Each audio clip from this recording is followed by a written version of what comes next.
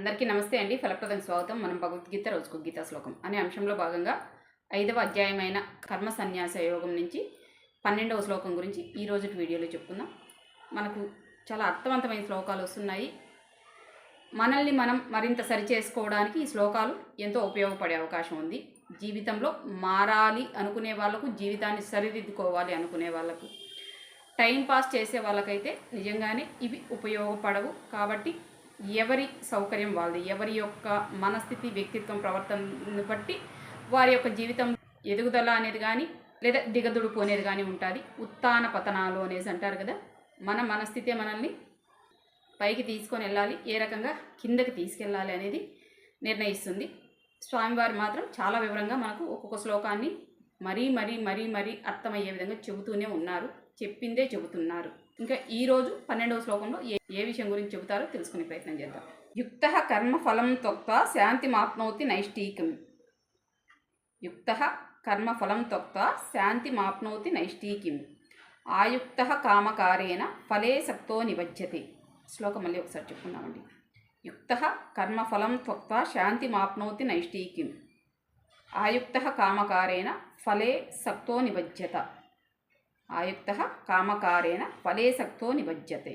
ఇది 12వ శ్లోకం. ఈ 12వ శ్లోకం యొక్క భావం: నైష్ఠికులు ఫలాపేక్ష లేకుండా కర్మలాచరించి శాంతులవుతారు. ఫలాపేక్ష గలవాడు ఆ కర్మ ఫలబద్ధుడైన సంసారాన బంధించబడతాడు. ఓకే, ఇక్కడ మనకు గత శ్లోకాల నుంచి ఇంకొక అడుగు ముందరికేశాడు. నైష్ఠికులు దేని మీద ఇష్టం లేనివారు. నా అంటే లేదు, కాదు, వద్దు అనేది సంస్కృత అర్థంగా వస్తుంది. నైష్ఠికులు దేని మీద ఇష్టం అనేది లేనివారు, ఇష్టం పెంపొందించుకోనివారు. దేని మీద వాళ్ళకి ఇష్టం లేదు, ఇష్టం పెంచుకోలేదు కాబట్టి ఫలాపేక్ష ఆశించకుండా, ఫలాపేక్ష లేకుండా అంటే ఏది అందులోంచి తిరిగి మళ్ళీ ఆశించకుండా పనులు చేసి శాంతులవుతారు. సో ఇష్టం లేదు కాబట్టి ఇక్కడ భావోద్వేగాలు ఏవి ఉండవు. పని చెయ్యాలి కాబట్టి చేస్తారు.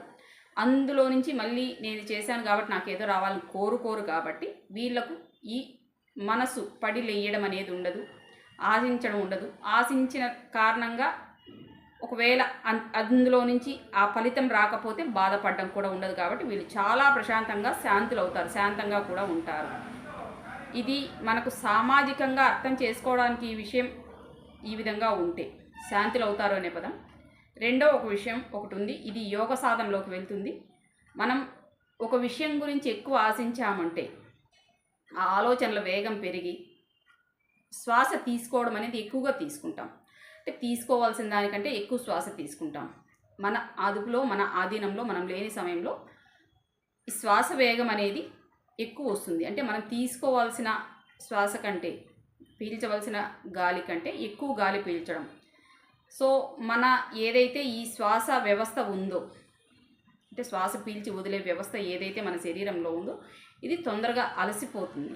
ఈ కారణంగా మనం పీల్చుకోవాల్సిన శ్వాస కంటే ఎక్కువ శ్వాస పీల్చుకున్న కారణంగా మన శరీర నిర్వహణ అనేది ఉండవలసిన దానికంటే ఇంకొక విధంగా ఇబ్బందికరమైన రీతిలోకి వెళ్ళి మనం ఎంత స్థాయిలో ఉద్రేకపడతామనే దాన్ని బట్టి, మనం ఎంత స్థాయిలో ఈ మానసిక ఉద్విగ్నతకు లోనవుతామనే దాన్ని బట్టి మన ఆరోగ్యం, మనసు, బుద్ధి వీటన్నిటిలో మార్పు వస్తుంది.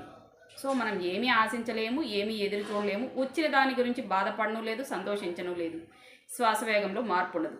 శాంతంగా ఉంటారంటే ఆరోగ్యంగా ఉంటారు.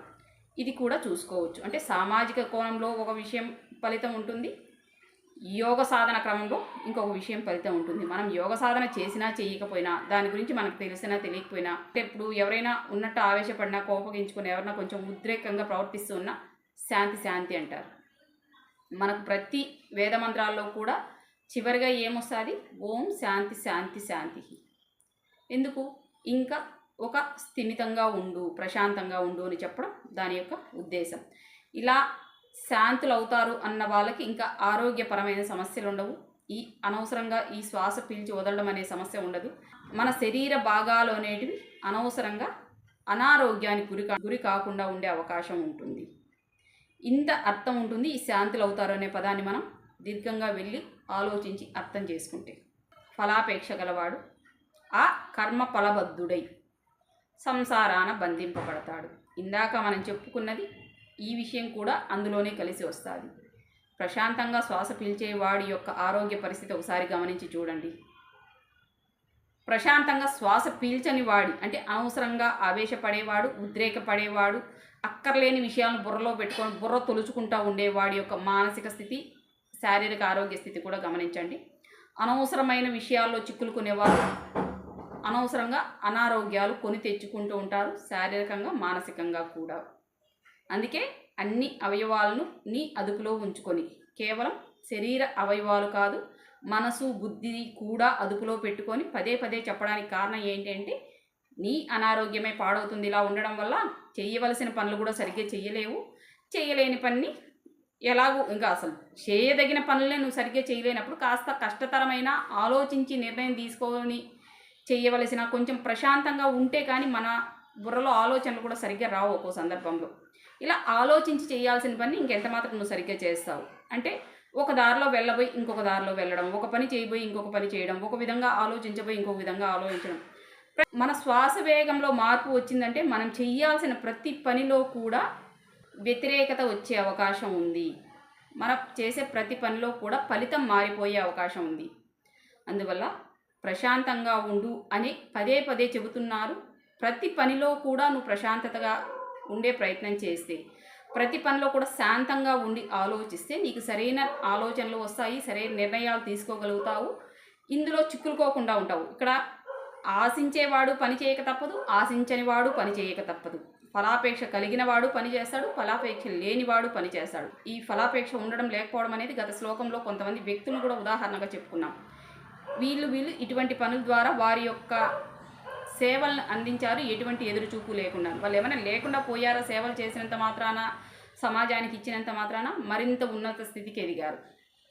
సో ఒకటి చేసే సమయంలో అందులో మనం చిక్కులుకోకుండా ఉంటే, బంధింపబడకుండా ఉంటే ఈ పనిని మరింత ఉన్నతంగా చేసే అవకాశం ఉంది. అందులో ఉన్న ఆనందాన్ని కూడా తెలుసుకోగలిగామంటే మరింత ఉన్నత స్థితికి ఎదిగే అవకాశం ఉంది. మన ద్వారా నలుగురు లబ్ధి పొంది, ఉపయోగం పొంది, మనం అందించిన సేవల ద్వారా, మనం చేసిన పనుల ద్వారా ఎవరు ఏ రకంగా తృప్తి పొందినా, సంతృప్తి పొందినా, ప్రశాంతత పొందినా దాని యొక్క పాజిటివ్ అనేది ఖచ్చితంగా మనం పక్కన లేకపోయినా ఎక్కడున్నా మనకు అంది తీరుతుంది. ఈ కారణంగా నీ వల్ల అయింది నువ్వు చేసి ఏమీ ఆశించకుండా వెళ్ళిపో. ఎందుకంటే ఒక్కొక్కసారి మనం చేసిన యొక్క ఫలితం, మనం ఏదైనా చేస్తే దాని యొక్క ఫలితం మనకి ఇప్పుడే ఇమ్మీడియట్గా రాకపోవచ్చు. ఇటువంటి సందర్భంలో మనం నేను చేశాను నాకు రాలేదని బాధపడవలసి వస్తుంది. అందువల్ల నువ్వు ఆశించకుండానే ఉంటే అది ఎప్పుడు వచ్చినా నీకు ఇబ్బంది లేదు, సమస్య లేదు. సో కాబట్టి ఆశించకుండా చెయ్యి, దాని ఫలితం ఎలా ఎప్పుడు ఇవ్వాలో అది ప్రకృతి చూసుకుంటుంది అని మనకు చెబుతున్నారు. ఈ కారణంగానే నువ్వు ఏమి ఆశించవద్దు. ఆశిస్తే ఏమవుతుంది? భంగపడతాం. మనం ఆశించిన ఫలితం అక్కడ రాలేదంటే ఖచ్చితంగా మనం బాధపడము, భంగపడము జరుగుతుంది. మళ్ళీ ఇంకోసారి చేయాలనుకునే సందర్భంలో నేను చేసిన ఫలితం రాలేదు కాబట్టి నేను చేయను, చేసే పని మానేయడం కూడా జరుగుతుంది. కాబట్టి నువ్వు ఏమీ ఆశించద్దు. ఈ ఫలితాన్ని ఎప్పుడు ఎక్కడ ఎలా ఇవ్వాలో అది భగవంతుడు లేదా ప్రకృతి చూసుకుంటుంది. ఆశించకపోతే నువ్వు ఈ పనులు మరింత ఎక్కడ ఆగకుండా నీ పనులు చేసుకుంటూ వెళ్ళిపోతావు. ఆశించావంటే నువ్వు ఆశించిన ఫలితం రాని సందర్భంలో నువ్వు బాధపడి ఆగిపోవలసి వస్తుంది. మిగతా నీ ద్వారా జరగవలసిన ఈ కర్మలు ఏముంటాయో, పనులు ఏముంటాయో అవి నువ్వు చెయ్యకుండా ఆగిపోవడమో లేదా నిదానంగా చేయడమో ఉంటుంది. అప్పుడు మనం చేయాల్సిన పనులు పెండింగ్ పడిపోతాయి. సో పనులు పెండింగ్లో ఉండకుండా జరుగుతూనే ఉండాలి అంటే నువ్వు ఆగకుండా పని చేసుకుంటూ ఉండాలి. ఈ ఆగకుండా పని చేసుకుంటూ వెళ్తే ఇందులో 2-3 ఫలితాలు ఉంటాయి. మన గత జన్మ పాపకర్మలు తీరచ్చు, ఈ జన్మలో పుణ్యము పెరగచ్చు. దాని యొక్క ఫలితం మనకు ఒకవేళ మనకు గత జన్మ పుణ్యాలు లేకపోయినా ఈ జన్మలో మనం చేసిన ఈ కర్మల కారణంగా, ఫలాపేక్ష లేకుండా నిర్వహించే కర్మల కారణంగా వచ్చే పుణ్యం మనకి ఈ జన్మలో వచ్చే ఆకస్మిక సమస్యల నుంచి మనల్ని బయటపడేసే అవకాశం ఉంది. మిగులు పుణ్యం అంటే గత జన్మ నుంచినే మనకు వెనుకంటి వస్తుంది. మిగులు పుణ్యం లేదు, ఏదో అత్యవసర మార్కులతో పాస్ అయినట్టు అత్యవసర పుణ్యంతో వచ్చి పడిపోయాం మానవ జన్మలో. ఇంకా ఈ జన్మలో మనం చేసుకుంటూ వెళ్తే మనకు అత్యవసరమైనప్పుడు, నిజంగా మనం సమస్యల్లో ఉన్నప్పుడు ఆ పుణ్యం వచ్చి మనల్ని ఏదో ఒక రూపంలో కాపాడుతూ తీసుకెళ్తుంది. వదిలేయడం మాత్రం ఉండదు. అసలు చెయ్యకపోయినా ఇక్కడ చెప్పిన విధంగా సంసార బంధంలో చిక్కులుకుపోయి నేను, నా ఇల్లు, నా సంసారం, నా కుటుంబం, నా స్వార్థం, నా సౌఖ్యం అని చూసుకుంటూ ఉన్నా నీకు అది అత్యవసర సమయంలో వచ్చి కాపాడడానికి అక్కడ మనం ఏమి మిగలబెట్టుకోలేదు. పుణ్యం ధనం మిగలబెట్టుకో ఉంటాం, కానీ ధనం ప్రతిసారి మన అవసరానికి ఉపయోగపడదు. పుణ్యం మిగలబెట్టుకోలేదు, ఎక్కడి నుంచి వస్తుంది? ఎందుకంటే ప్రతిసారి డబ్బుతో మనకు పనులు తీరవు. ఎక్కడో అనుకోకుండా వెళ్ళాం, ఏదో చిన్న సమస్య, కాలు జారి ఎక్కడో పడిపోయాం. పుణ్యం ఉంటే ఎవరో ఒకరు దారంటి వచ్చి ఎక్కడో అట్టడుగులో పడిపోయిన వాడిని తీసుకెళ్ళి హాస్పిటల్లో చేర్చి వెళ్తారు. మన పుణ్యం అక్కడ వచ్చి మనల్ని కాపాడింది. ఏమీ చేయలేదు, పడిపోయాం, అక్కడే ఉండిపోయాం. ఇంకా తర్వాత పరిస్థితి తర్వాత ఎలా ఉంటే అలా జరుగుతుంది. పుణ్యం అనేది మనల్ని అత్యవసర పరిస్థితుల్లో కాపాడుతూ ఉంటుంది. సో ఈ కారణంతోనే ఇన్ని వివరాలు ఒక మనిషికి చెప్పి అర్థం కావాలంటే ఎవరి దృష్టికోణంలో ఎవరి యొక్క పరిస్థితిని అనుసరించే వాళ్ళు ఆలోచించి అర్థం చేసుకోవాల్సి ఉంటుంది. కాబట్టి నువ్వు ఏమీ ఆశించకుండా నీ పని నువ్వు చేసుకుంటూ వెళ్ళిపో. జరగాల్సిందేదో నేను భగవంతుడో ప్రకృతితో చూసుకుంటాను. శ్రీకృష్ణ పరమాత్మ వివరంగా చెప్పే ప్రయత్నం చేస్తున్నాను. ఓకే అండి, విలువైన మరియు అర్థవంతమైన శ్లోకాలుగా ఉంటున్నాయి. ప్రతి ఒక్కరూ మరింత లోతుగా మీ దృష్టికోణాలతో ఆలోచించి అర్థం చేసుకునే ప్రయత్నం చేయవలసిందిగా కోరుకుంటూ ఇంకొక అద్భుతమైన మరియు విలువైన శ్లోకంతో ఇంకో వీడియోలో మళ్ళీ కలుసుకుందాం. అంతవరకు సెలవు. ధన్యవాదాలు.